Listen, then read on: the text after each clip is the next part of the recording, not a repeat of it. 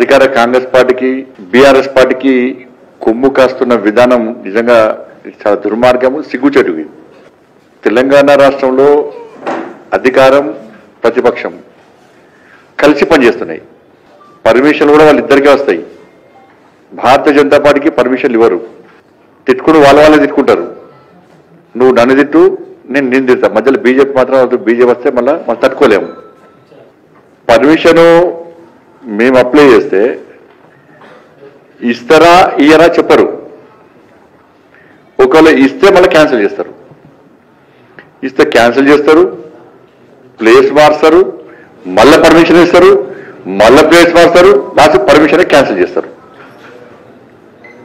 లాస్ట్కు చివరకు మేము ఎట్టి వస్తే పోతాము అని చెప్పి పోవడానికి డిసైడ్ అయ్యి అన్ని ఏర్పాట్లు చేసుకొని బయలుదేరే టైంకు మళ్ళీ పర్మిషన్ ఇస్తారు.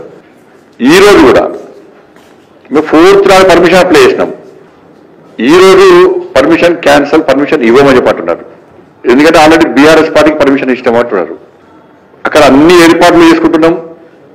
ఇవాళ సడన్ గా ఫోన్ చేసి మీరు వేరే రీజన్లో పెట్టుకోవాలంటున్నారు. వాళ్ళే మా ప్రోగ్రామ్ కూడా ఎలక్షన్ కమిషన్ అధికారులు వాళ్ళే డిసైడ్ ఇస్తున్నారు మేము వేరే పెట్టుకోవాలని కూడా.